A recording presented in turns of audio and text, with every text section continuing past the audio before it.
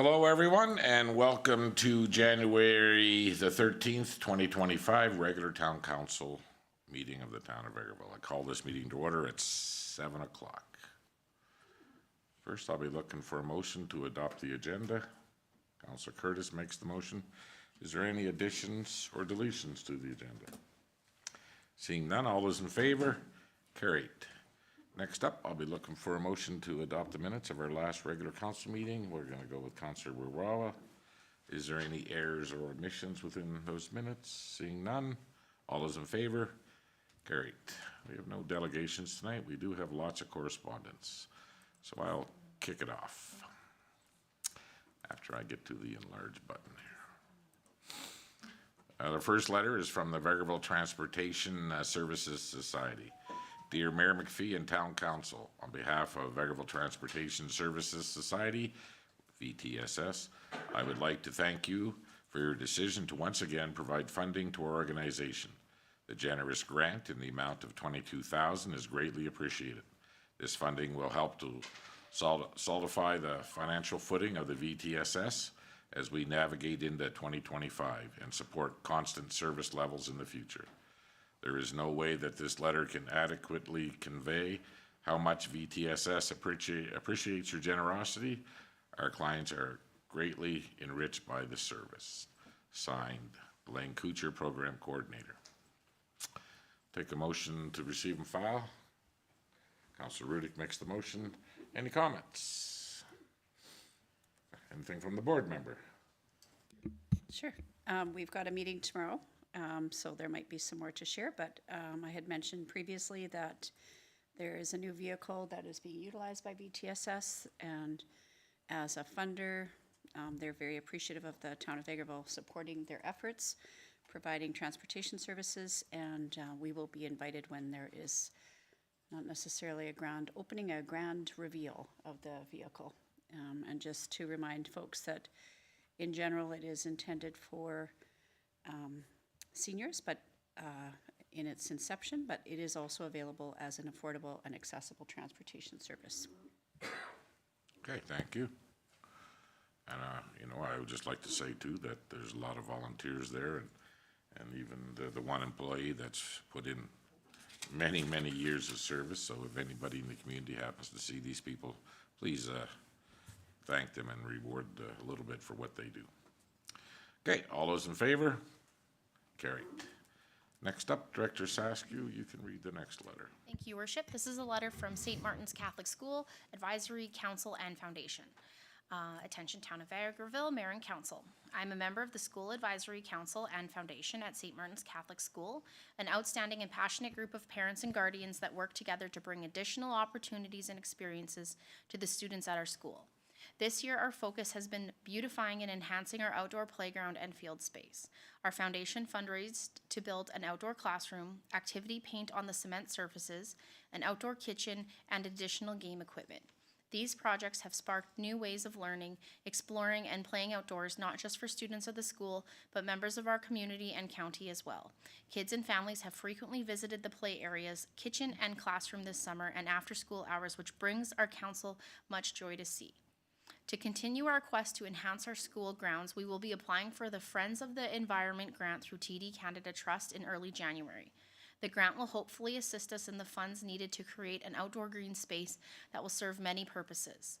The intent of this project is to bring a positive environmental impact by utilizing native plant species to attract pollinators, a variety of perennials to create diversity and a visual appeal, and trees to create shade, and herbs and fruit shrubs to provide education on growing food. In addition to the environmental impact, we know that this space will provide an element of mental, physical, and spiritual health and well-being for those who spend time in it. We anticipate the space to be a calming and relaxing environment where its guests can reflect, socialize, and learn about the benefits of native plants in our climate, the role of plant and insect species, and the types of fruit we can grow and enjoy year after year. The benefit it will bring to our students, staff, and school families will not be limited there. We are eager for all members of our community to come and enjoy it, and we believe it will be unlike any other designated green space in our community. With the help of a local landscape architect and local landscape contractors, we are thrilled to be working towards giving back to our community who have graciously supported fundraising efforts in the years past. We anticipate that the town of Vegreville would share the excitement to see this project go forward that we do. To contribute to our efforts, we would greatly appreciate a letter of support from the mayor and town council to submit alongside a grant application. Thank you in advance, Lisa Jagolic, Chair of St. Martin's Catholic School Advisory Council and Foundation. Okay, thank you. We're looking for a motion to receive and file and provide a support letter. Councillor Bullock makes the motion. Any comments? We'll start here with Councillor Rudick. I just want to say thank you to the School Advisory Council and Foundation board members and the chair for reaching out and ensuring that we provided a letter of support. It's very important to the community and for the town to be able to have the support of the schools and vice versa, that we're able to help one another to be able to amplify the assets that are available to our community. So thank you very much to them. I look forward to seeing the new addition and hearing the results of their grant application. Okay, thank you. Councillor Worley. Somewhat similar as well. I'm obviously in favor of providing a support letter, but also I've seen other communities where the schools have done some, out-of-the-box thinking, and it ends up sometimes being recognized on higher levels outside of the community, sometimes provincially and nationally. We've seen that happen even in one of our neighboring communities in Murnum have been recognized several times for different efforts. So I greatly appreciate the work they're doing, and it looks good on Vegreville to see other opportunities and out-of-the-box opportunities. So good work. Excellent. Okay, well, I have noticed over the summer that some of the new space that they provided over there in the playground are used by residents when school's not even in. So I guess we'll be voting here on receive and file plus the support letters. So all those in favor? Carried. Thank you very much. Next up, we have a letter from the Deputy Commissioner Rob Hill from the RCMP Command Office, and we'll get Leslie to read that one. Okay, so this letter goes, Dear Mayor McPhee, on behalf of Alberta RCMP, I would like to thank you and your representatives for meeting with me and my senior leadership team during the 2024 Alberta Municipalities Convention in Red Deer. These meetings are a great opportunity for us to hear about many of the questions, concerns, and comments your team may have with the Alberta RCMP in your area. We discussed the regional police and crisis teams, RPACT, and the vacancy challenge with the member on paternal leave, which is something we are actively working to fill. We also discussed the vacancy challenges in the community, and I want to assure you that we are improving the human resources situation across the province is one of our top priorities. We are actively working on addressing the challenges we are facing in terms of resourcing and vacancies. I appreciate the time we had to discuss the service delivery needs in your community. We remain committed to working collaboratively with you to shape our service delivery strategies in ways that best serve the citizens you represent. Thank you for your time, energy, and shared commitment to keeping Alberta safe and strong. Should you have any questions or concerns arise before our next meeting, please don't hesitate to contact me. Respectfully, Rob Hill, Deputy Commissioner of Commanding Officer of Alberta RCMP. Thank you. Take a motion to receive and file. Councillor Lemko makes the motion. Any discussion?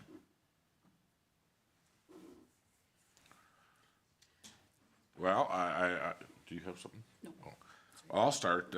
I mean, when we were done this discussion and we brought up RPAC and we were a little unsure of what was going on in our area, but I don't know how much lobbying the RCMP has done on our behalf, but I think it's something that we need to do on our own as well. So where do we start? Like, who's in charge of RPAC? Who's first of all, we don't want to be part of the St. Paul group. Nothing against St. Paul, but this district is way too large, and you remove the only one person that actually works there on a leave, sort of leaves us in a minus situation, even worse than what it was. So if we could find out where we would start our efforts to try to bring something closer to our community or within our community, I don't see why it wouldn't be here for this area. And we'll start some letter writing and see if we can't get a meeting with somebody that makes some decisions, I guess. I mean, I don't know what else we can do. We haven't, this is the first we've heard back from the RCMP since, when was that? That was in September? And they're just recognizing that we actually talked about it. So I'm not willing to wait another 8 months to find out if there was nothing done. Go ahead, Councillor Rudy.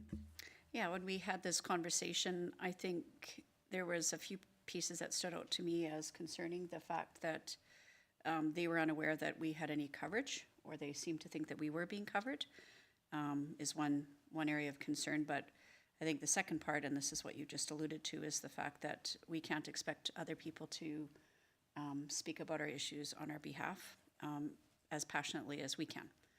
And it seems pretty clear to me, especially with the creation of these regional police committees that are being formed, I'm not certain that we're actually going to be able to move the needle at all. And so if we can have these conversations with Minister Ellis provincially and see what kind of advancing we can make of our concerns and ensure that we actually do have that coverage, because we do, it would be a benefit to our community.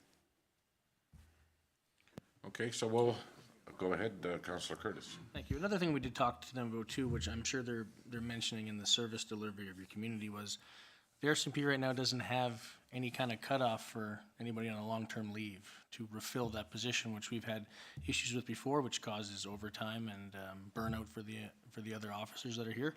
So hopefully, if anything, they take back, because I'm sure we're not the only area that is affected by this. I think that's something that needs to be looked at, that most places would have some form of, the time goes by, you must fill that position, and I hope that they take that back from our conversation. Yeah, and I do believe that's part of the contract that they have with their now unionized workers. But CAO Ling, have we seen any adjustments in the number of members since we've had this meeting? Sorry. Yes, we have. We received, we got a recruit or a graduate out of depot at the end of December or beginning of December. And the last, where we're sitting with the RPAC conversation is the Sarah Desmond did the environmental scan through FCSS.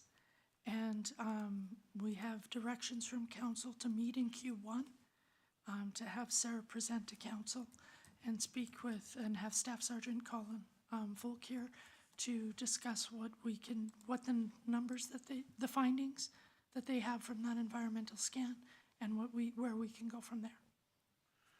Okay, so we received a new recruit in December. So our numbers, the municipal numbers now at 7. I think we're still sitting at 6 because I think we still have one on leave or coming on, like, on an reintroductory to work type thing. Yeah, On a stay. because we had upped our numbers, said we would allow up to 8 so that we could get another position while there was 2 on a long-term leave. But if you could confirm that for me, the numbers in the next couple of days, I'd like to know where we're at. Any more questions on that?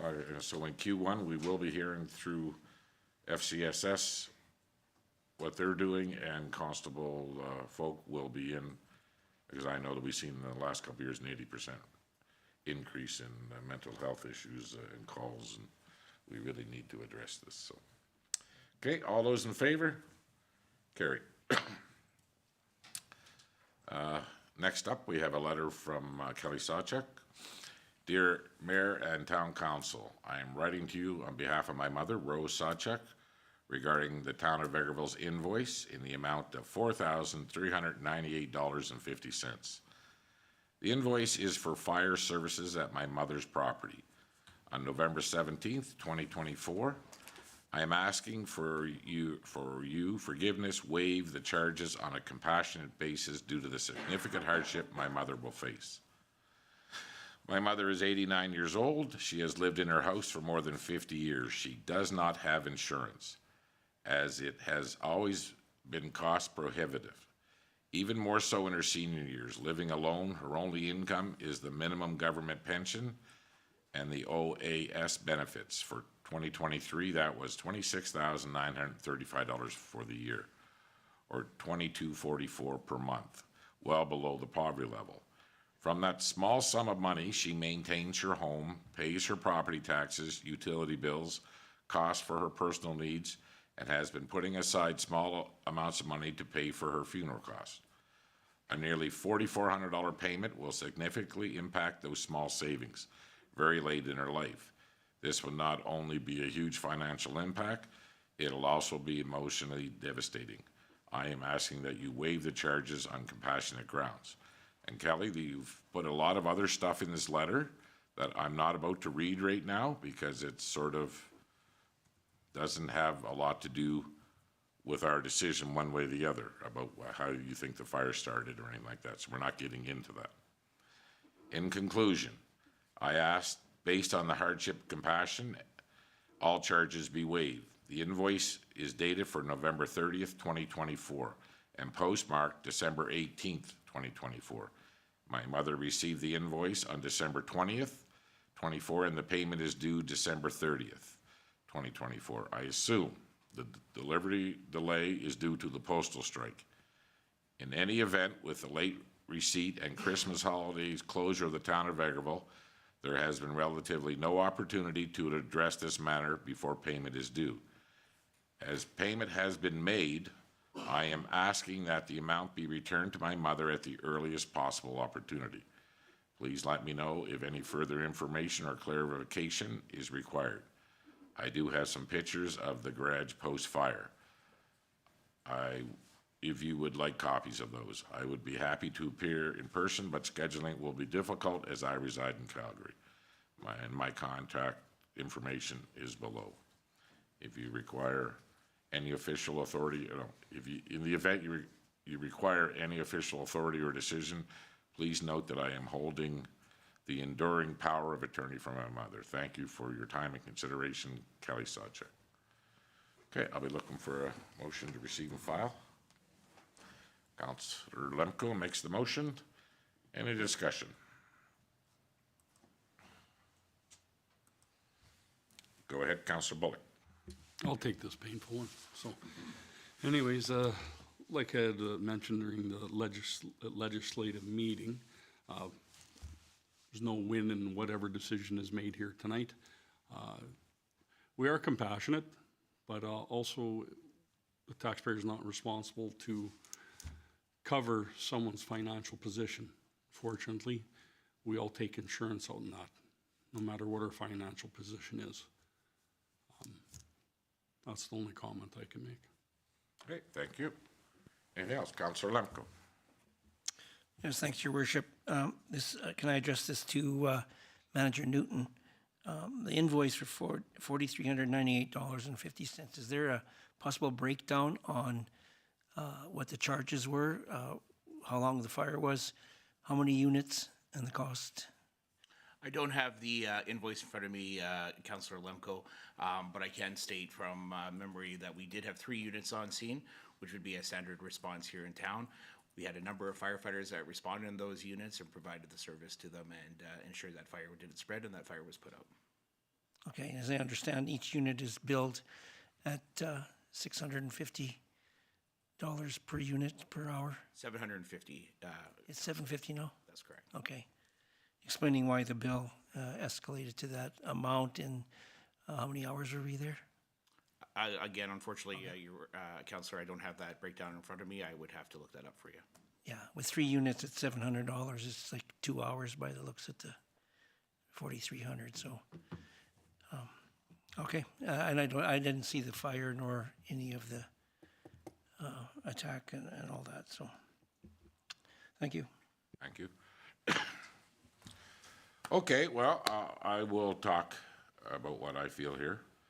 When we brought this bylaw in that we were going to be charging residents of town for fire suppression, at any residential fire or a commercial fire. It's because we realized that a standard house insurance policy carried fire suppression as part of its coverage. And we all went to our insurance companies and we had the staff go to their insurance companies and we looked. And yes, we all had fire suppression insurance. We also, in putting this new bylaw forward, we left a part in there that it would be up to the discretion of council. Maybe the bill would be much higher than what the coverage was. We never really took into account that there may be people living within our community that don't have house insurance. But we left the part in where that it's up to the decision of council. And our decision to bring in this bylaw was to bill the insurance company for the coverage that the majority of people in this community carry already and have paid for forever. So here we are, the part of the bylaw that says the council has the power to make a decision, and that's what we're about to do today. If Mrs. Sawchuk doesn't have the coverage, and then the bill comes back to council, this is what our job is regarding the bylaw. Go ahead, Councillor Rudick. Yeah, and just further to your comments there, Your Worship, I think the intention of the bylaw is not to focus on those that don't have insurance, but rather to focus on those that do. There are certainly examples, and this is one of those that has come forward and has pointed out that there might be folks that are not covered, but it would be negligent on our part as council to not, as first payer, or have insurance as the first payer, rather than the town of Vegreville, and I think that's an improvement of our previous practice. And I think in this instance, compassion is what we can offer. Okay, so we're gonna vote on receive and file first, so all those in favor of receive and file? I'll be looking for a motion to forgive the cost of the fire suppression at Mrs. Sawchuk's place. Okay, Councillor Lemko makes the motion. Is there any more discussion? Go ahead, Councillor Warwick. I'm going to be honest, I've struggled on this one a whole lot. I don't want to see somebody get stuck with this bill. I don't like it. My concern also was, though, we painstakingly told everybody the levels of fire to cover. And we had a lot of people push on us on that and come back, and a lot of people that were upset that they maybe changed their coverage. I have spent the weekend really thinking about this, and I am willing to, I'm not in it to punish somebody, and that's why I am willing to support, but I just putting it out there as part of that then too, I will never back down from that being the same avenue applied to people who it may exceed their coverage, because that is no different. If we are saying that somebody does not keep enough coverage, and then it would be on their table, certainly someone knows that they should have coverage in the first place. So I'm prepared to do this on what I do believe is compassionate ground, but I'm just being very honest that I will then always stand up if it exceeds. So that's all I have on that. And I think we've already set a precedent, one fire earlier, that their coverage didn't cover the full amount, and we did give forgiveness to that. And again, the whole purpose of the bylaw was to bill insurance companies for the standard coverage that I would say 99% of the people in our community have. It's, again, like I've said it many times to many residents, it's like having insurance on your car. If your car gets smashed, that you would be allowed a rental car. You wouldn't go pay out of your own pocket for a rental car. You would use the coverage. And that was the intent of our bylaw. Okay, so the motion is that we show forgiveness to Mrs. Sawchuk on this bill where she doesn't carry any house insurance. All those in favor? Opposed? Carried. Thank you all. Next up, we have a letter from Jim Nichols, President of the Junior B Rangers Hockey Club. Thank you, Your Worship. Dear Councillor Rawawa and Town Council, We are writing to you today to request the dedicated use of dressing room 4 for the Vegreville Junior B Rangers Hockey Club for the remainder of the 2024-2025 season. We're asking for full-time use of the room so our players can leave their gear at the arena. This is a huge convenience factor for our players. Some of these players billet in town or attend post-secondary school and do not have room to air out their gear properly. As you may know, the Vegreville Junior B Rangers are putting in an application to host the Junior B Provincials in 2026, and this would be a huge recruiting tool for us. We would ensure the room is cleaned after each practice or game. We would be willing to vacate the room for tournaments and other special functions if the room is needed. Thank you for your consideration, and we look forward to continuing to work with the town of Vegreville in the future. Should you require any additional information or wish to discuss this further, please feel free to contact me. On behalf of the executive board, coaching staff, and players, we thank you for your time and support. Sincerely, Jim Nickel, President. Thank you. Okay, is someone willing to make a motion to receive and file that carries a motion one way or the, or it can only be a positive motion on this letter?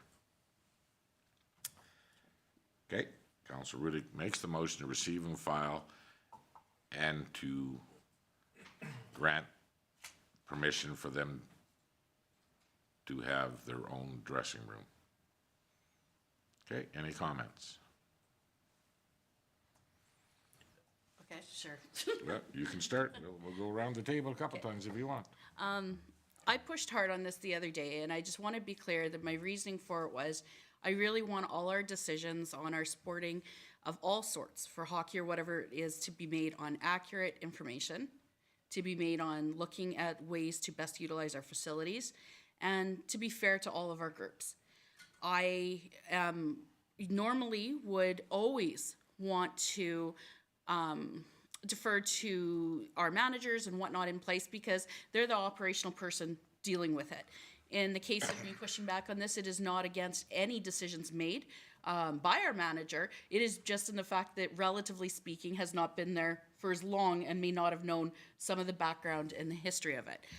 My concern has been because of probably the fact that, having been somebody in that arena, I've watched the dynamic and the change of hockey in all communities, not just in Vegreville. It's different than it used to be, where there was these huge minor hockey associations that had everybody put their kids into hockey, and there was 2 levels all the way through, and that's just not the reality. Vegreville's surviving well because we're a Vegreville and district. A lot of small communities have lost their hockey altogether. And so because of that, I want to see us embracing other opportunities. People will have seen me fight back for other teams at other times, and that's why, because there is reduced numbers in your traditional standard minor hockey, and we're seeing increases of, outside leagues, some non-sanctioned leagues, some, junior leagues, as well as the need to maybe bring in more adult leagues as well. That is one of the reasons that I think that I push as hard as I do, because I don't want us to ever only look at one area and assume that's what will be there together forever. We need to look at all of the levels and see what we can do. Now, in their letter here, I think that it's a couple of things to break down. They're only asking about the 24-25 season. I know they referenced 2026, and I think it might be fair to say that this needs to be revisited, even if it was granted at the end of this year, that it doesn't extend past, because I really tried to do my due diligence over the weekend. I pulled a whole bunch of information, and while this is a separate topic that I won't get into tonight, I'm going to bring it to the next legislative meeting. We have a big issue that we need to look on at our ice utilization. And there is several components to that, including that I, thankfully, through our manager's help, was able to pull random dates to find out that there's often times where the ice is being used less than 60% of the time that was allocated to our largest user group. So we need to talk about that and best ways to use the ice going forward. That's not a problem for us to deal with tonight. This is about the letter.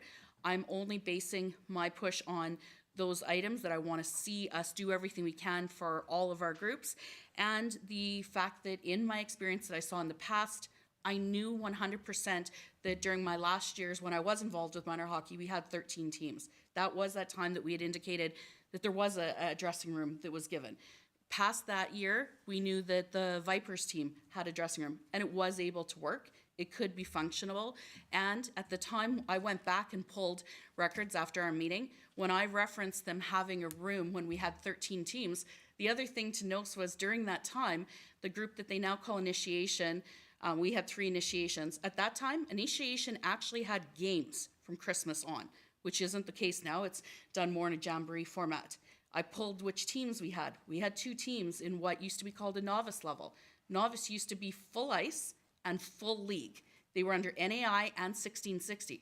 That is also no longer the case. We have half ice at these levels. We have non-leagues. So I'm finding it very hard to believe that with that much of a reduction, where we're at 9 teams and multiple of those teams do not have regular ice schedules, and having pulled, that we couldn't do it. Now, that's all I'm gonna say to it. I understand if everyone doesn't want to open that can of worms, but that is my reasoning. Just trying to advocate for groups to sustain and stay. And we have a very nice facility in comparison to other places, but maybe not the same facility that we may see in some other communities, which is why we're looking and talking about doing rec facility options. But I feel like this is something we could potentially do that should not cause a lot of issue. So that reason, I would be supporting it. Okay, who else wants? Councillor Curtis. Thank you very much. I do agree that I think there needs to be a good sit down between minor hockey, junior B, and all the other ice users, and to really hash out what is going on here. If Councillor Warawa has some good evidence of what happened in the past, maybe we just need to get back on track with that. I'm not in favor of it this year, just with the info given by Manager Kuzmic. I trust what he's saying, and you know, halfway through the year to start moving somebody in there and taking up that room, I just don't think it's a good idea. I would be in favor of revisiting it for next year, especially if they have provincials coming and if everybody can get on the same page and it's doable, then maybe, but for now, no. Okay. Councillor Rudick. Well, I put the motion on the floor so we could have this discussion. I do wonder if there is something else that we could do here too, because I do recall that there was a room set aside for junior B in the past, and I know that things change operationally depending on who's using the facility. And as we've talked about other user groups in the past, I think it's really important that we work together. That said, I wonder if there's not a space to be further utilizing for storage, because that's essentially what they're asking for. There's 2 parts to this, I think, is being able to store their equipment, but also feel as part of the recruiting tool that they're getting the support of the community and the facility to be able to house their players. So if this motion is unsuccessful in terms of providing the room, then I think ultimately being able to have that conversation prior to next season would probably be not only important, but in order. And I also think maybe the storage might be a way to be able to solve this problem both ways. Okay, Councillor Lemko. Yes, Your Worship. From my understanding at the meeting, last ledger meeting with Manager Kuzmic, he did mention that there is a storage place upstairs, a storage room for their equipment. So I don't know if storage is an issue. And I like the idea of revisiting this in the next season, a full season. I'm not against it. I just I think it's important that we, our manager has indicated some challenges with another, like having the room dedicated to one. The Rangers, they would have a little bit of difficulty with that. So in saying that, I would prefer to delay that till next year, discussion points, and move from there. Okay. Myself personally, to see the ice being used only 60% of the time that's allocated to minor hockey, I know the numbers are a little smaller than what we've seen in the past, and I know that a big push that will be given to the facilities group will be to find more users of ice. I know that we have granted, which I did not know the junior Bs had at one time, a couple of years ago, had the dressing room to themselves. I know that when we gave the Vipers access to a full-time dressing room, it caused nothing but a lot of problems within all the user groups. I know that it was a scheduling nightmare to try to find rooms, and especially when there's young ladies playing on a team with boys, or girls are playing with boys, and we need to dress them someplace in different rooms. I feel right now, with the way we're set up and the expectations that we're gonna have of the facilities group to start filling some of these ice slots, I'm not in favor of dedicating a room right now. So, that's my thoughts on this, and if everybody else is done, we'll go with all in favor of granting the junior Bs a dressing room for the rest of the year. All those in favor? 3 against 3. It's defeated. Thank you. But that is something that we are going to work hard on, CAO Ling, is we need to find a bunch more ice users. And we are going to have that conversation, and I know that Councillor Rohr was going to bring some information forward to us that, Can I just make a comment on Sure. that? I do want to say that ice scheduling right now at a minor hockey level is harder than it ever was before. That's just something I do want to note. While I'm talking about some of the problems, I don't want to suggest that this is an easy fix for scheduling. And the biggest change to that is when they were part of both the 16-16 and the NAI League, you turned over your ice slots on a spreadsheet, and it was actually set up for you. It was all scheduled at the league level and passed back, and then you could do your game changes accordingly. In the league they're in right now, that's not how it works. They have to go with ice schedules, they have to take their games, and then they have to do game changes. So I do want to be clear that it's not like, oh, this was a simple and easy thing and someone's just not utilizing ice. But in contacting a couple of other facilities to figure out, hey, are you guys finding gaps, and them saying no, it was partially because of discussion they had about how they went ahead with multiple game changes. I actually called 2 league governors because I really do care about this issue and how it could potentially be fixed.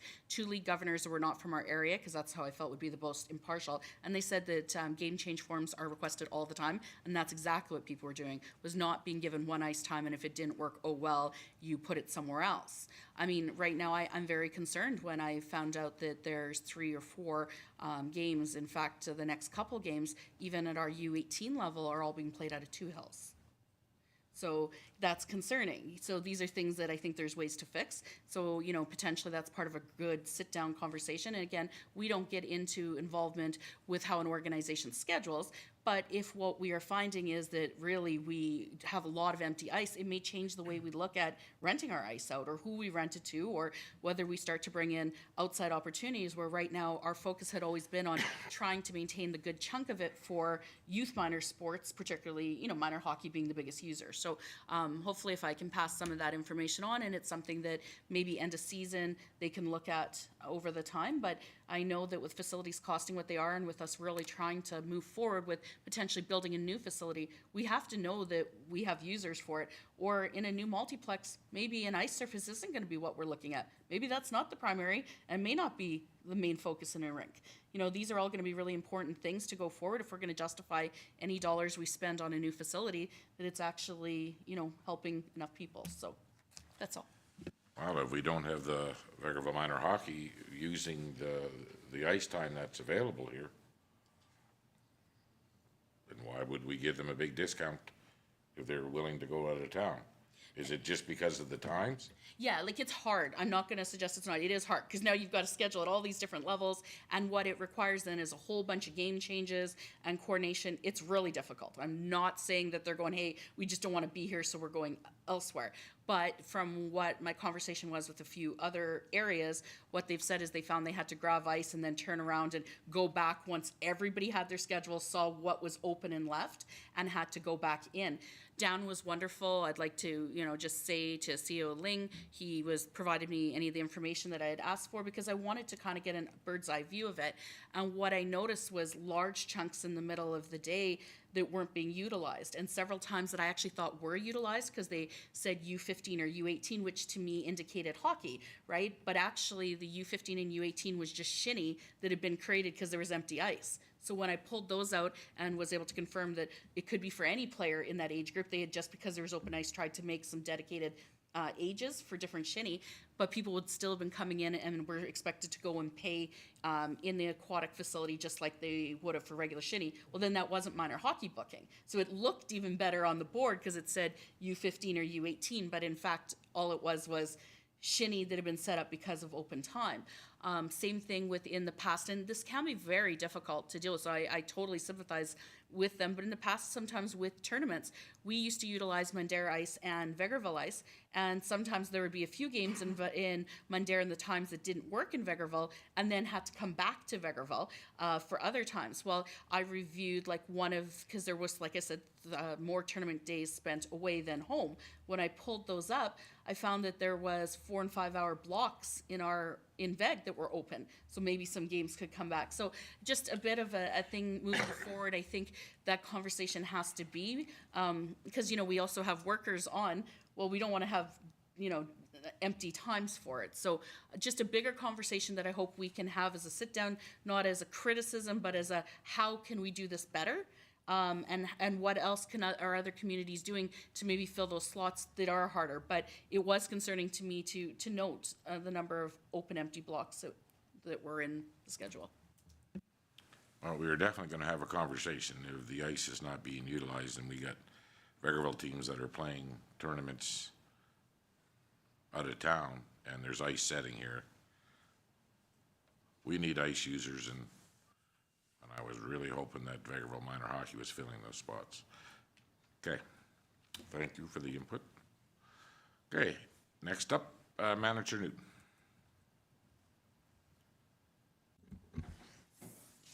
What? I missed one? Oh, sorry. Director Saskew. Thank you, Your Worship. I have here the November 2024 cash statement. We started the month at a total balance of $5,546,334.51 and ended the month with $4,739,482.59. So that is a net decrease in cash of $806,852. So some of the major sources of cash for the month were $70,503 GST return. And major uses of cash were $173 in construction costs and $384,895, which was the RCMP Q2 payment. And other than that, it was status quo, normal amounts in and out. I always pick out items that are more than $50,000. So everything else that went in and out for the month were below my $50,000 threshold.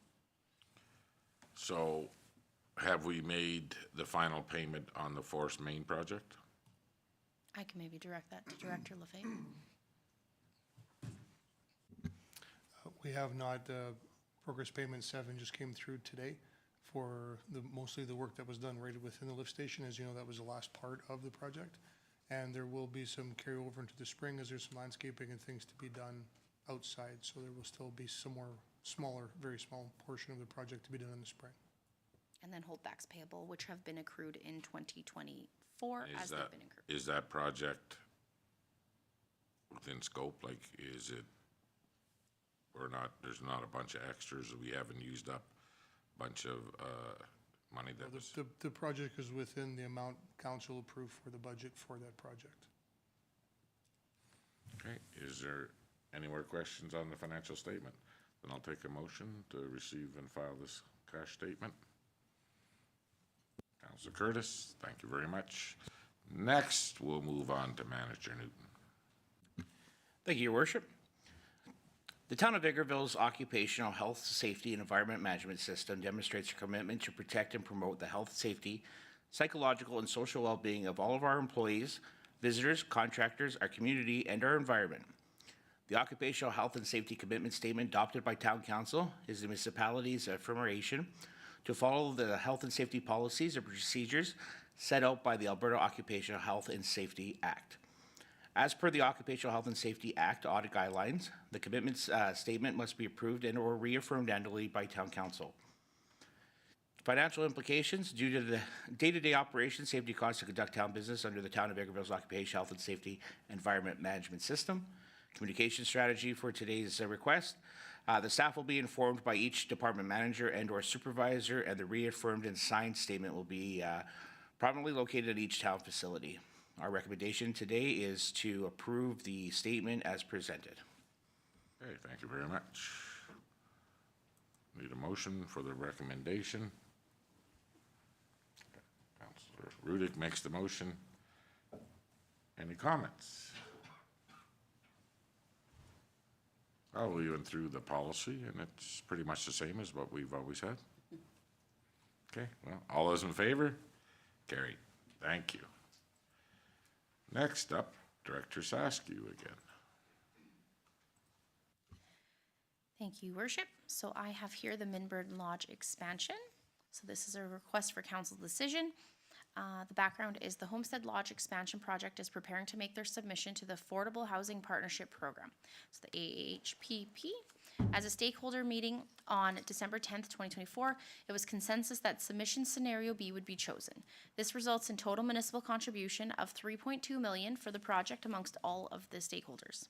Using the 2025 Equalized Assessment Report dated November 1st, 2024, a one-time capital contribution would be as follows. For the town of Vegreville, $1.2 million, so $1,204,748. And then Village of Industry, Manville, and Minburn also contributing for a grand total of $3.2 million. The request from the Minburn Foundation is that council complete and submit the municipal commitment letter and motion as the AHPP submission deadline is January 31st, 2025. So the motion is at the bottom of this RCD, and the letter is drafted as the second attachment. The attached draft motion refers to the following, so a capital contribution of $1.2 million, to be debentured by Town of Vegreville in 2025, and an increased annual requisition of approximately $100,000 overall to fund debt payments. Financial implications to the Town of Vegreville of the Homestead Lodge expansion project will be as follows. So the one-time capital contribution of $1.2 million, representing the town's portion of the total funding of the commitment of $3.2 million. With this will be debentured in 2025. It will result in total principal and interest payments of approximately $100,000 annually, and the annual loan repayment of approximately $100,000, additional over existing requisition payments of $550,000, so totaling $650,000 for a period of 20 years. This would equate to an additional $37,600 to be requisitioned by the town annually. To the average taxpayer, this results in approximately 1% tax increase to support capital contribution repayments of $100,000 annually for the 20-year repayment of the loan, and the total cost of the $1.2 million over 20 years at the current borrowing rate of 4.88% is $1.9 million. An additional $5.33 per $100,000 tax assessment would also be added to tax rolls to support the 20-year portion of the debt repayment of the requisition. So communication, senior management will be informed of council's decision. A communication plan will be developed to educate ratepayers in advance of these taxation and debenture increases. So recommendation, so administration recommends council make the following motions. So the following motions are the ones that were suggested by the lodge to be added to our RCD. The town of Vegreville approves the MD of Minburn Foundation for purposes of the lodge project, a capital contribution of $1,204,748. Based on equalized assessment, this represents our proportionate one-time contribution to the MD of Minburn Foundation member municipality, capital funding commitment of $3,200,000. The town of Vegreville recognizes that to support the loan repayment and overall financial sustainability, that the change in ongoing requisition levels, estimated at $100,000 above current level, is required. The town of Vegreville approves such future increase as required at the time of operations of the lodge project come into effect. The town of Vegreville commitments are contingent on the named member municipalities also committing to their respective share of the identified in A and B above. The town of Vegreville commitments are contingent on the Alberta government and CMHC approval of their loans and contributions, that the project is fully funded and meets the parameters as defined above prior to commitment into the construction. Okay, thank you very much. Thank you. Take a motion for the recommendation. Councillor Bullock makes the motion. Any discussion? Go ahead, Councillor Bullock. Well, I think this is probably one of the most important things that we could probably move ahead and support in this community for seniors that are going to be moving into that area eventually, so my comment is just hopefully this moves along, even though if we approve this tonight, still depends on a few other things. Okay. Any other comments? Councillor Lemko. This project has been 2 years in the making to get to the point to vote tonight. It's much needed expansion in our community for the seniors that are baby boomers that are growing older by day. One day we'll need to be in a senior facility and we need space for them. And hopefully this moves forward tonight. Go ahead, Councillor Rowe. Sorry, just one point about this. I do feel somewhat, I still am somewhat saddened by the fact that I feel like a lot of responsibility sometimes is still being downloaded by the higher levels of government. I feel like those levels, when it comes to what we collect from people, we collect it to provide the services within the town. When we look at what these people that are moving into a seniors facility, they're generally people then, because they're seniors, that have paid a lifetime of taxes to both provincial and federal levels of government. And while I am happy to support this because this is something we need for our community, I think our support will come along with not backing down and continued advocacy and push to those other levels, because I still feel like while the number does not look high, when you think about what our budgets are, it is a high number. And it's a high responsibility being put essentially on two primary municipalities, being a county and a town. So I certainly think this is great work by the group, and I'm glad to see it finally come here, but I definitely will want us to, alongside this, not stop pushing on the fact that some of these costs should have outright been very easily approved at higher levels. Okay, any other comments? Councillor Riddick. Yeah, agreed with all the comments of my colleagues. The one thing that I think hopefully will bode well for us, even as we're moving forward, that our increased assessment, and I guess this is the math of taxation, which is always tricky to explain to folks. This is a minor portion of people's tax bill that they receive, and if you take a look at the different portions of their tax bill, this is a portion of that, no different than policing, etc.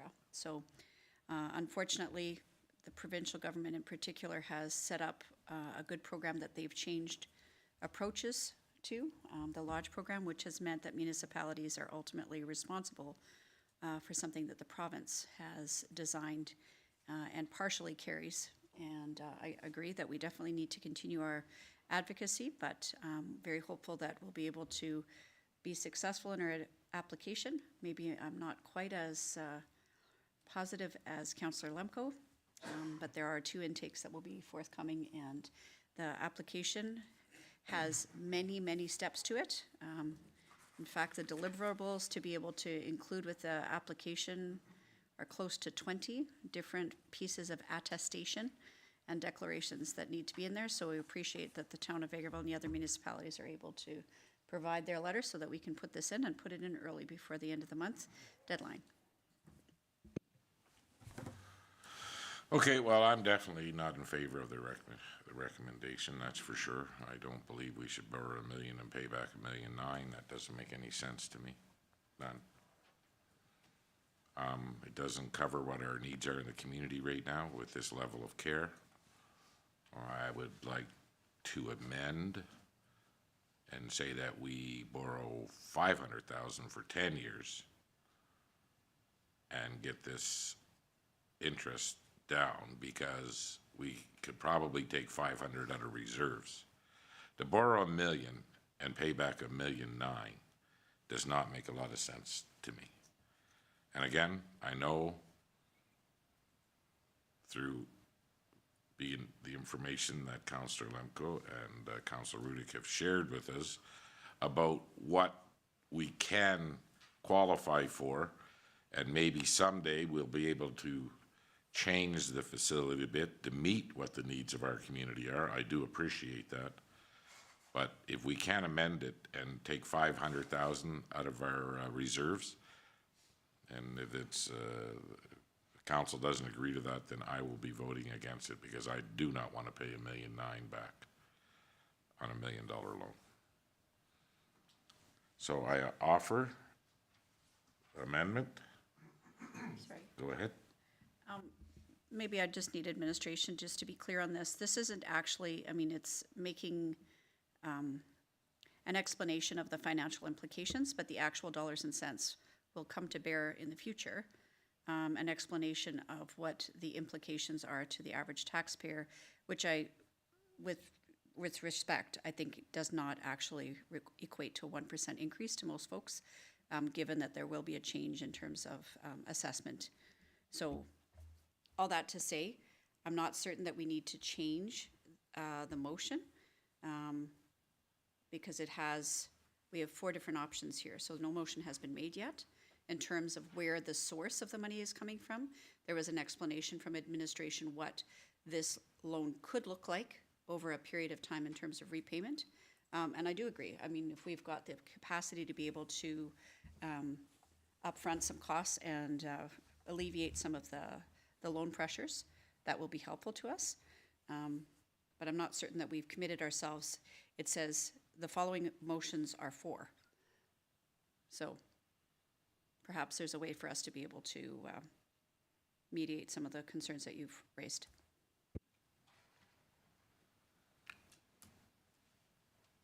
Right now, directors ask you, borrowing the 1 million on a 20-year debenture represents about a 1% tax increase. Yes, and to be Over those clear, 20 years. it's not to the 1% to the ratepayers, it's a 1% in our overall tax base. That's not what it says here. The 533 is based on the calculations on a 1% tax increase. So when we do a 1% tax increase, I mentioned this during budget time, so say we did a 5% tax increase last year, I believe, it equated to like a 2% tax increase for the ratepayers. So a 1% tax increase, that's like our $11 million budget times 1%, that's our 1%, versus the 1% tax increase, or what that would actually equate to on a taxpayer basis, is very different. So that's why I equated it per $100,000 based on today's variables. So I can't give you any prediction of what the future is going to look like, but based on today's rate, that 533 is calculated by adding that into our tax calculation and then pulling the property tax amounts through and calculating it based on examples. Okay, so the recommendation here is not saying that we debenture the 1.2. No, that was something that was discussed by council originally, but the recommendation is saying that we will commit to the 1.2 million, whether we pay for it via debenture or requisition or however we pay for it, and that will commit to supporting the grant. So that is what the motion is. The other talks amongst the top is just to give council the full impact from our side on administration. So what a debenture would look like, because that was the first talks that was brought to me, was that we would debenture it. So given today's rates and today's variables, that's what a $1.2 million debenture would cost council. So that being said, the design work is at 25% when we went to the meeting. And so what we've seen is some projected cost. Go ahead, Councilor Lemko. Yeah. What you seen at the meeting was the design work at 25%. At the last board meeting, which was last Friday, the Minburn Foundation Board is moving forward to our architects to get to the 65% rate for the next possible intake. If we don't get this one, we'll be that much closer and ready for the second intake. And that'll come out of the reserves from the Minburn Foundation. And a commitment now, moving forward, means that wherever the cost comes in at, if it goes a lot higher, the day that this is awarded, that we're still in for whatever percentage. Do you? No. No? Okay, someone explain it to me then. Yeah, what every member municipality was asked is to provide a motion attesting to the commitment of each of those member municipalities to provide a capital contribution at whatever the proportionate amount was at the time of application. If things change, as they could, the interest rate goes down, cost of construction goes up, if there are some changes forthcoming, even to your point and your concern that continuing care legislation is changing provincially potentially, which is again not the responsibility of the lodge, so that is a problem adjacent to this one. It's definitely related, but this project is a lodge expansion project. Any increase in expenditure would have to come back to this table again.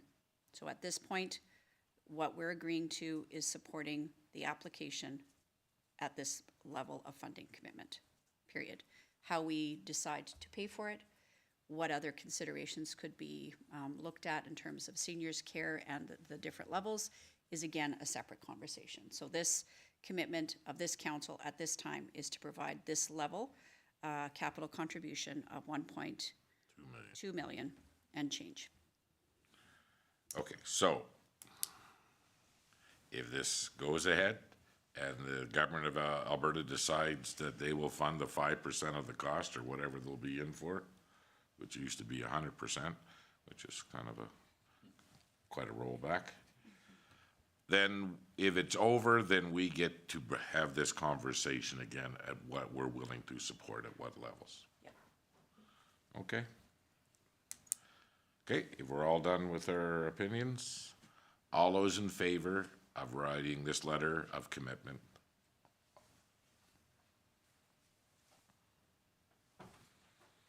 Carried. Thank you.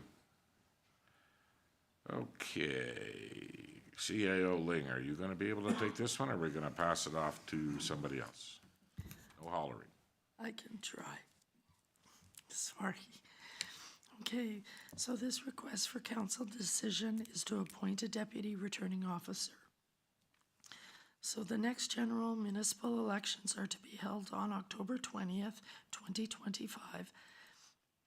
Section 25(2)A of the Local Authorities Election Act allows for nominations to be filed on January 1st, 2025, or the next business day. Nomination papers must be filed with a returning officer or designate, and a deputy returning officer can receive and process nominations in absence of a returning officer. As the nomination period for the general municipal election is just over 9 months in length, and the town administration office is the local jurisdiction office for receiving nomination papers, having a staff member appointed as a deputy returning officer will make filing of nomination papers for prospective candidates easier. Financial implications, there are none. The duties of the deputy returning officer will be done during normal working hours of the legislative administrator. So the recommendation for town council is that town council appoint legislative administrator Leslie Kucherawe as deputy returning officer for the general municipal election to be held on October 20th, 2025. Thank you. Take a motion. Thank you, Councillor Rawa. Any comments from the legislative administrator? Nice. All those in favor? Carried.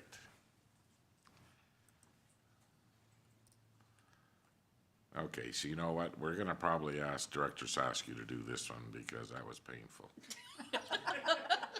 She did Really it all, was. all in one breath. I was very impressed. Okay, so this is the Family Day road closure. I'm on the correct one, correct? Yeah. Okay, so this is the Family Day Community Road Hockey Game and Warming Station.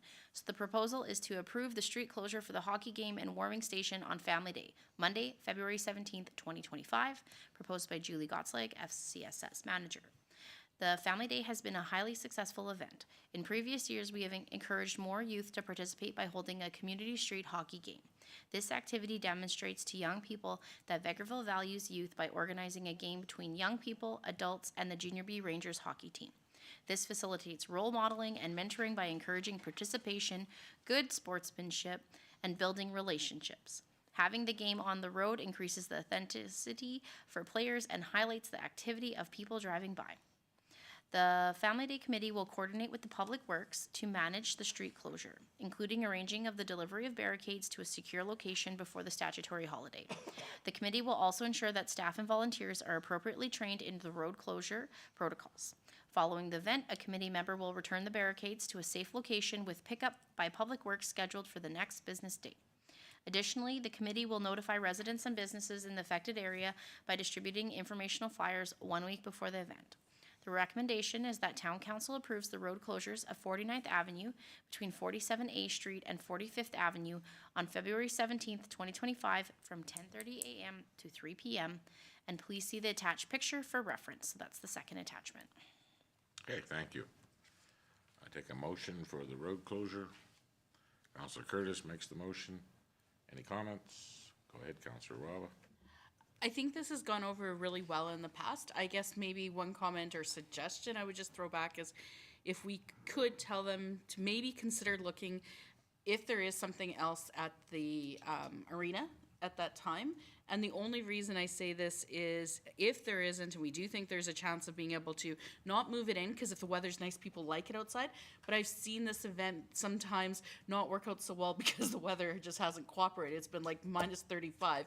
So it'd be nicer to see it potentially, if there isn't something booked, have a backup plan of going into the rink than not have it happen at all. So just, that's the only comment, is maybe if they could look at whether the rinks be used. I think they do have family skate that day, right? Okay.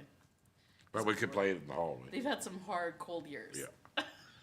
But we've all been there. Okay, all those in favor? Carried. Okay, next up, council reports. And Councillor Barry's not here tonight. But I can help him out here. And I want to thank him anyway for some of the stuff he's been doing, so. On the 10th, the Homestead expansion presentation, he was there for that. And on the 11th, he helped out at St. Anne's Manor when we had our Christmas visit, and he also was at the staff dinner at the St. Joseph's General Hospital.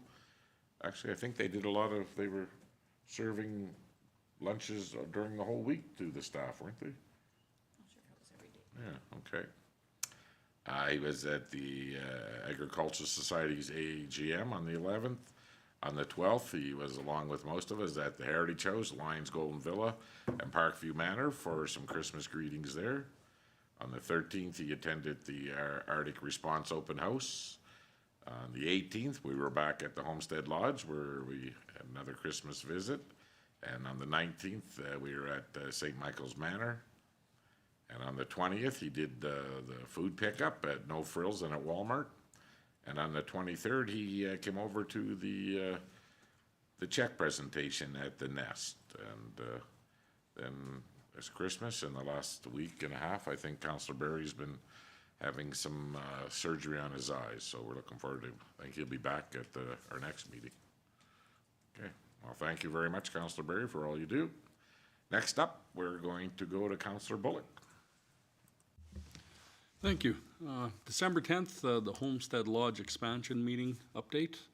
On the 17th, recorded talk of the town regarding transportation in Vegreville, where we discussed the transportation options, as well as right down to clearing of sidewalks and being a good neighbor and just making sure that stuff's clear and easy for people to walk and navigate our community.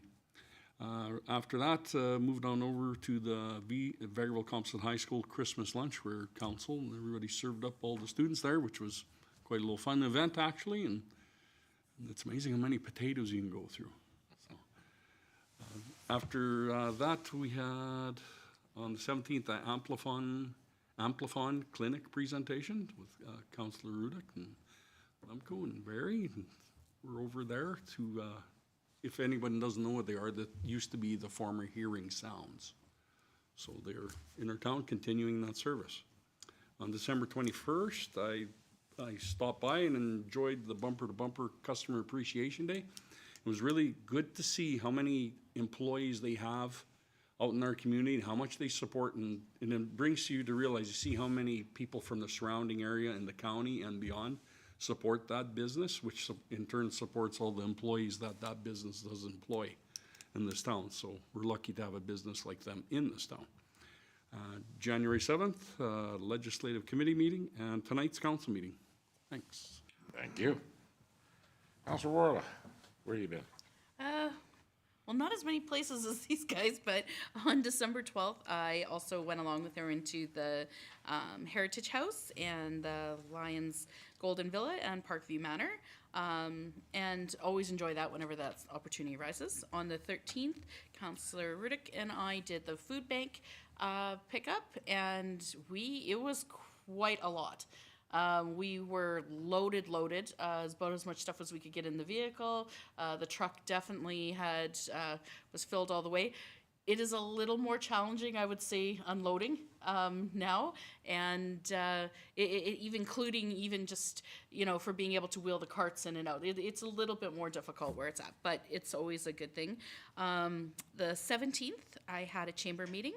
Then skipped through Christmas. We actually had another chamber meeting on January 7th, and a legislative meeting followed with our council tonight.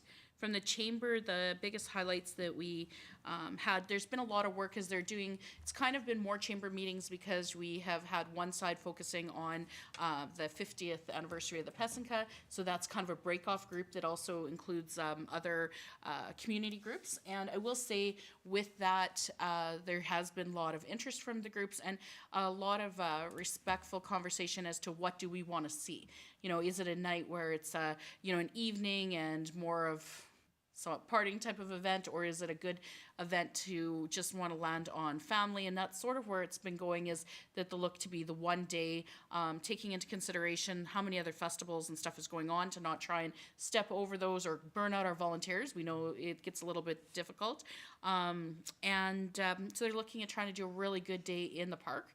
So that's part of the conversation, but also looking at some of the grants. And granting, again, is very difficult for a lot of these events, just because of how the intake time falls, and you will have to be into paying for and booking different items, and then you don't know if you actually have those funds. So there'll be more to come on that.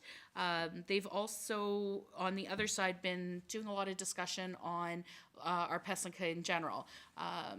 Discussions from everything from, trademarking of the Pesinka to insurance, what happens should something happen. I know that thank you to Director Jameson, who's brought information, and Director Saskew has given us, some help and assistance as to what would go on. One of the biggest challenges that happens anytime groups have an asset that's on town property then is always the difference between who would look after it if something was to happen, liability to public, versus if something happened to the asset itself, and what that would cost. There's unique challenges when it comes to looking at future restoration of the egg, which has outlived what its actual proposed time frame is, but it's hard to even get some assessments of this egg because it's such a unique creature. It's not like anything else, so it's hard to find it for insurance purposes, and it's even hard to look at it on a restoration purpose. So they're focusing on different ways to try and get some tangible numbers as to what that would cost in restoration terms. It would have been nice to be able to find some of that to make that part of your discussion or your campaign when you have a 50th anniversary, but again, there is some challenges with that. I would say that the new manager is settling in, making some changes to some of the reporting and some of the meetings, so looking forward to seeing how that continues to evolve. They also gave some updates just on a few past things, and sorry, there's quite a bit on this just because I had a couple meetings with them in between, but they had quite a successful passport to Christmas, and it was good to see that they had 36 businesses that were involved in taking part in that passport, so that's really good. And they were just in the process at the last meeting, the next week, they were going to actually be doing the draws. I do really like that the draws are for chamber bucks back to the community, so that you're seeing that coming back in. There was also a couple talks about upcoming events and like what type of things can be done as fundraisers to not take away from other groups, but also trying to look at what has been successful in the past, discussion around the chamber Christmas party, and how it was a little bit different and some of the pros and cons going forward. Next thing that you'll see for them primarily as a fundraiser will of course be the golf mixer. So that will be something to look forward to. Maybe a suggestion that would be interesting to see what would come of I don't know, maybe a council team or, something like that might Bring be it kind of on. fun. Well, you say that, but you've never seen me golf, so that's something you don't really want to see very much. And then the next big thing they're working on, of course, is their year-end books and the AGM. Now, I do want to apologize because I have 2 dates written down, and I'm not 100% positive which date they landed on, because they were talking on the 27th February, and then they had jumped into March because they were talking about the 2 dates. But what I do know is they're looking at possible locations, so I will update everybody at the next meeting as to which of the dates it was.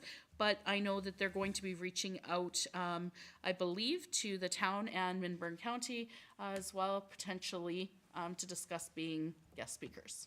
And that's what I've got. Well, thank you very much. Councilor Riddick. Since we last met, there's been a lot going on. I'll try to focus on ones that maybe are different than some of the ones that have been mentioned. December 10th, Homestead Lodge expansion project, when we met with all of the stakeholder member municipalities to be able to explain a little bit or have our project management team explain some of the parameters of the program and where we're at. December 12th, Christmas visitation with council members. Always love being able to go in the seniors' homes and be able to see who's there and what's happening with that group of experienced Vegrevillians. December 13th, food bank pickup, as Councillor Warwa indicated, it was quite the haul, so thank you very much to generous local businesses that support the food bank. It was quite the pickup, literally. December 13th, MD Minburn Foundation Board meeting. December 17th, welcome to new business to town, Amplifon hearing. So if you want me to speak louder, I can, but yeah. December 17th, we were able to serve Christmas meal at the high school at the Vegreville Composite. I wasn't quite as popular because I had dressing. Not everybody wants dressing, but it's a great meal, and again, another opportunity to be able to interact with the youth of the community, and really great to see the burgeoning numbers of students there. It's a busy school, and in speaking to the administration at both Yale Horton and the high school, there are a lot of kids enrolled, and some of the work that we're doing at this table is helping them at their tables as well. So we've got families moving to town and students populating the schools, which is great. December 17th, BTSS board meeting. And we've got the need for some more board members for our board. So if anybody's interested in helping make some decisions around providing affordable and accessible transportation to community members, that would be a great opportunity to be able to provide your efforts to that group. December 18th, attended the webinar for changes in policing legislation. Not sure that I'm really thrilled about a lot of the things that are being proposed by the province, because it gives the appearance of listening to what people are concerned about in terms of public safety, but again, seems to me that it's giving responsibility to this table without any additional money, any jurisdiction, and the people that ultimately will benefit are those that are not necessarily following the rules and the province. So not sure that we're going to get where we need to be, but we'll be there and part of the conversation. Christmas visitation again on the 18th at Homestead Lodge. December 19th, I'm a volunteer on the Valid board, and we had Christmas lunch there. So again, different group of folks. December 23rd, check presentation to a new business in town at the Nest. So that was great to be able to be there. And then into the new year, January 7th, Ledge meeting, Vegmin board meeting on January 9th. I just wanted to confirm that Vegmin is moving ahead with some new course offerings and conversations with Arctic Response, for example. I just wanted to, again, remind people that adult learning is responsibility of the province, and they are using VEGMIN as one of their partner organizations to be able to deliver a number of different courses. And I would encourage those of you that are looking for a personal interest, as well as your, it's no longer called GED, the qualification to be able to have your high school equivalency, as well as conversational English or first aid and prenatal. There's all kinds of courses that are being offered there. And January 9th, another Minburn Foundation meeting. I've got two conversations that have come forward that I wanted to bring forward in this report. I had a conversation with some folks in the province that are responsible for childcare initiatives, so there will be some grant funding pockets that are going to be open right away. So I'd like to be able to connect our community engagement economic development manager with some of that opportunity to be able to share with the folks that have been looking at offering childcare options in the province. And I just wanted to offer this table and ask that we have a picture of one of our dedicated volunteers that recently passed away, Jerry Tuck. Her family would like to be able to receive pictures of any of her activities helping the community. So she's been an active community volunteer, and most recently was really heavily involved with the Vegreville Stands with Ukraine, and took some great pictures here at our council meeting that they'd like to include in her memorial service. And so if we could please not only thank her and remember her efforts, if we could share those pictures with her families, that would be most appreciated. And just wanted to express my condolences to her family and to the community that have really benefited from a lifetime of dedicated effort to our community. And that's my report. Thank you very much. Councillor Curtis. Thank you. December 10th, Homestead Lodge stakeholder meeting, which is what we kind of brought forward today, was what we had talked about at that meeting. December 16th is the tourism board meeting, so I have a few stats on that, as I always do.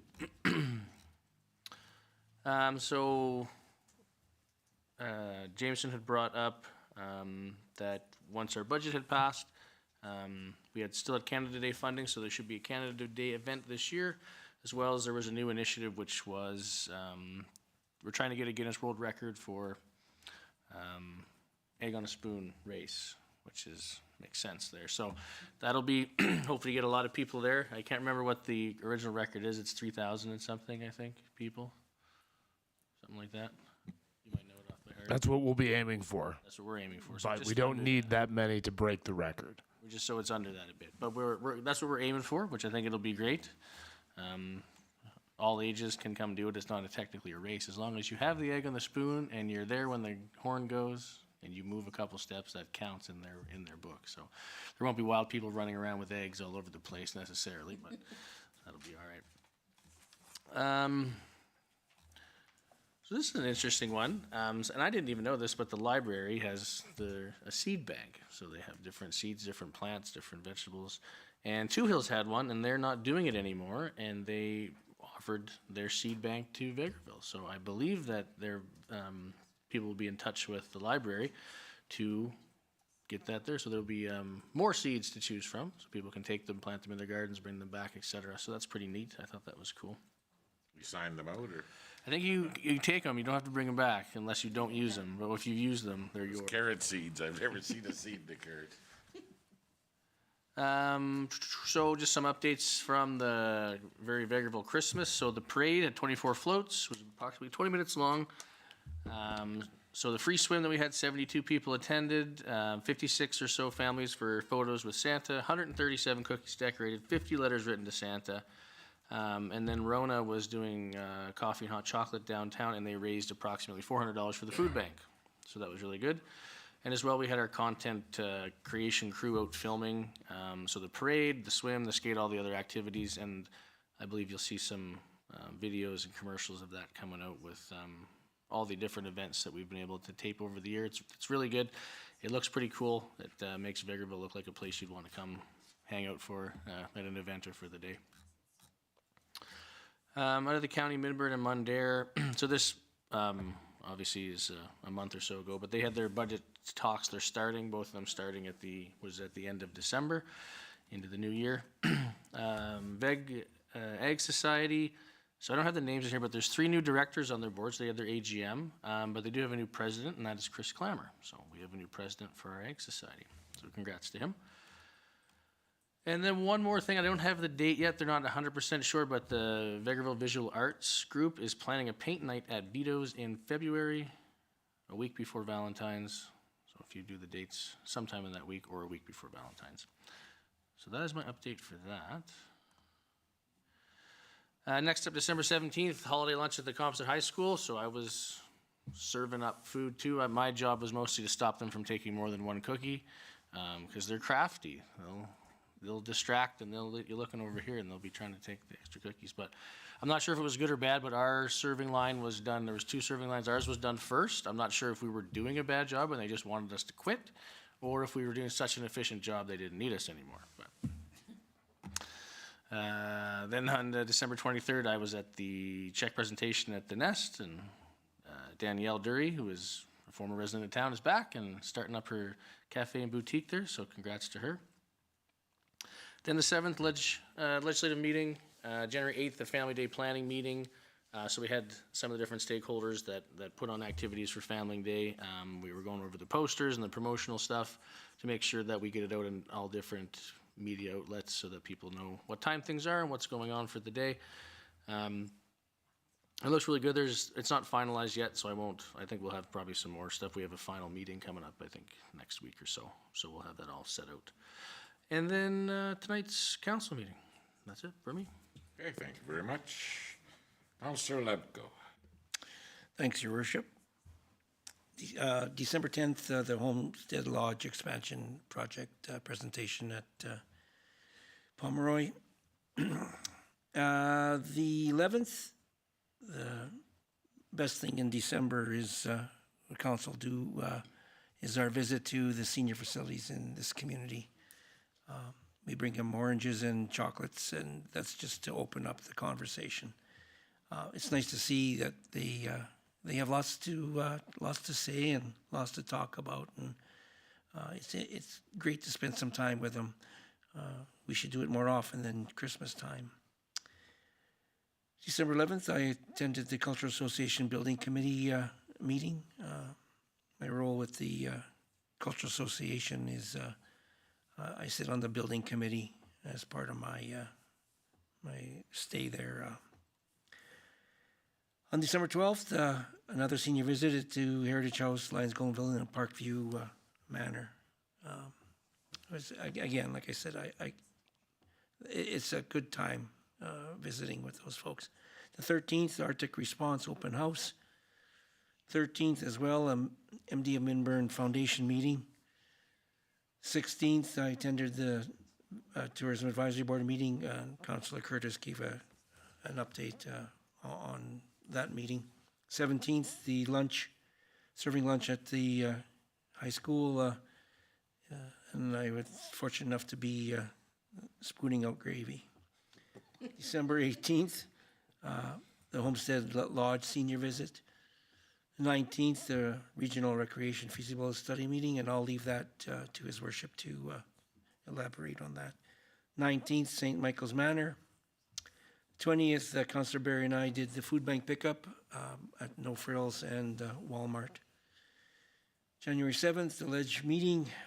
The 9th, the MD of Minburn Foundation Committee meeting and Building Committee meeting to wrap up prior to our presentation. And today's council meeting, Your Worship. Thank you very much.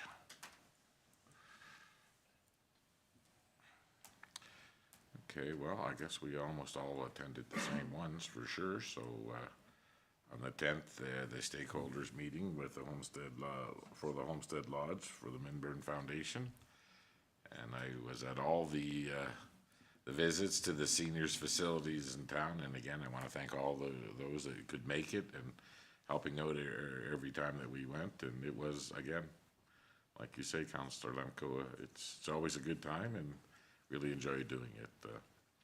On the 12th, we had a meeting of the John S. Patuque Water Commission. We had still not seen the water rates from the northeast. We had shared the letter with all councils, all the municipalities involved in the Water Commission. And so they did give us it the next day, so I'll have another meeting I'll report on. 13th, the open house with the Arctic response. Also on the 13th, we had a NAGO meeting.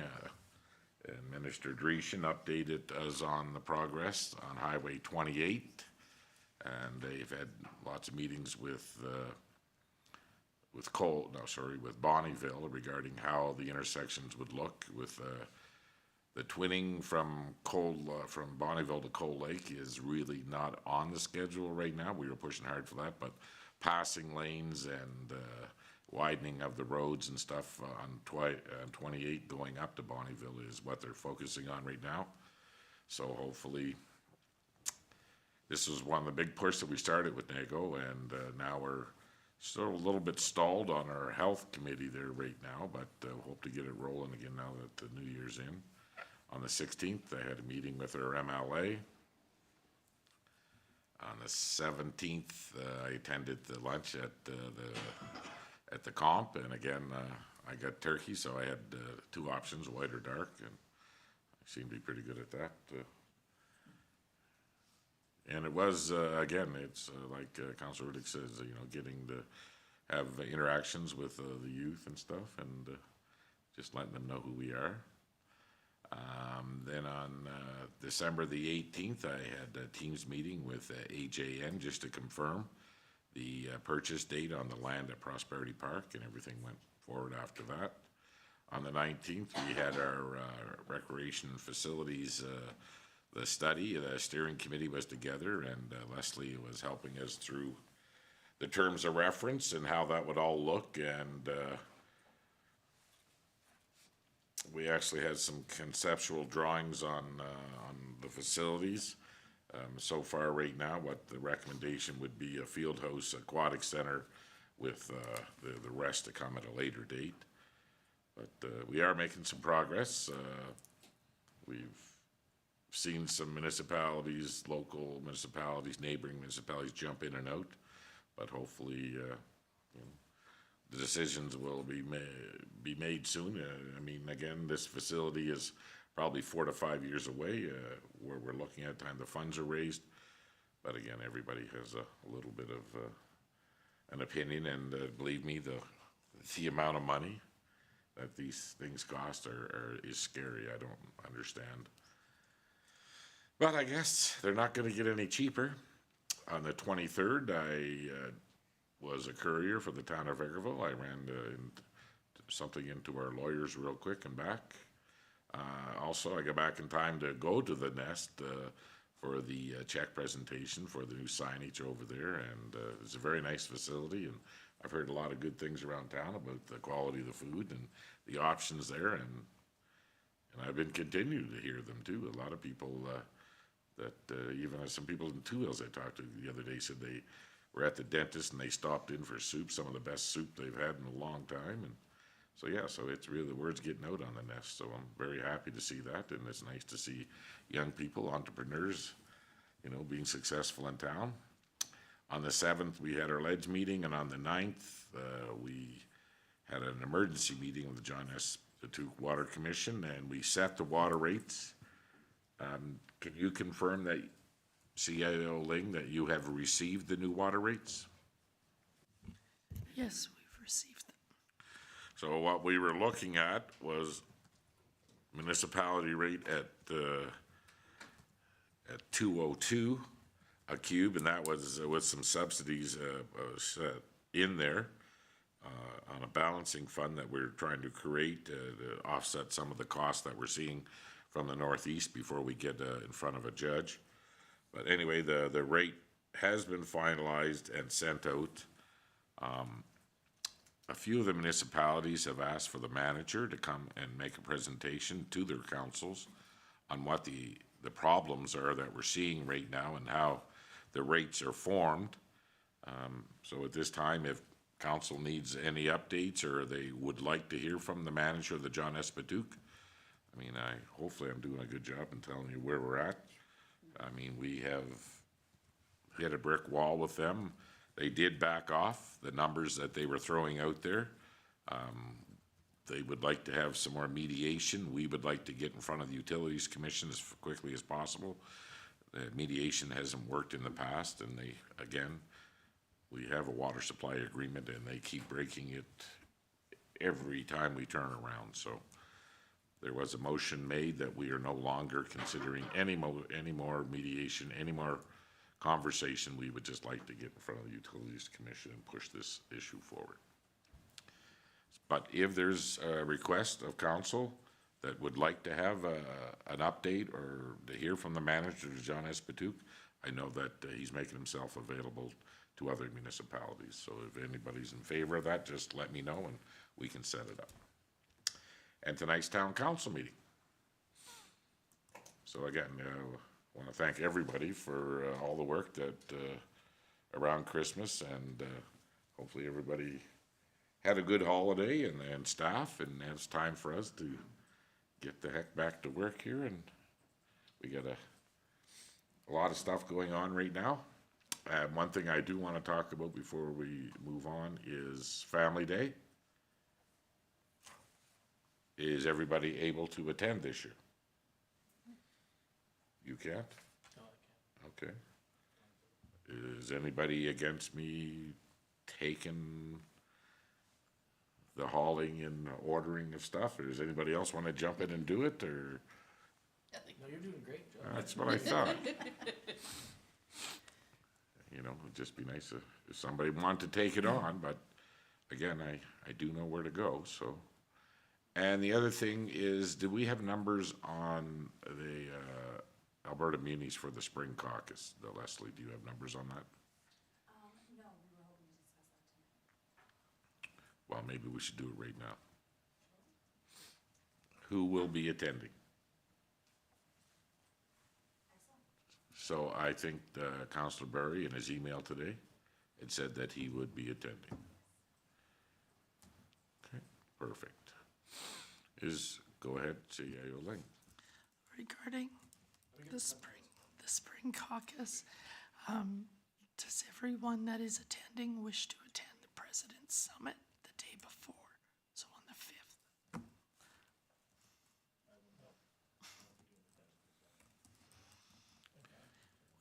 That usually just was mayors at one time, but they did open it up to councillors, correct?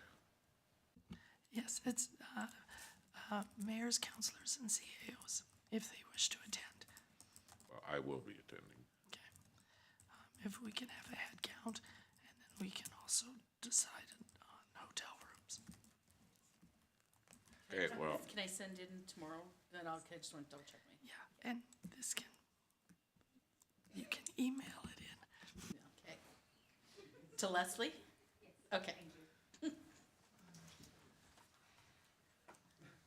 there's been a lot of hollering going on upstairs, or what?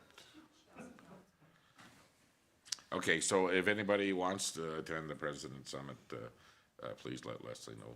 I will be attending. Okay, so is there any other business at council? We do have one closed session item. I just asked to. Sure, go right ahead. Sorry, Director Lefebvre, I know it's not a ledge meeting, which is normally where we would ask the highlights. Can I just ask you to remind me, I had somebody reach out to me that I probably have to answer back prior to our next meeting.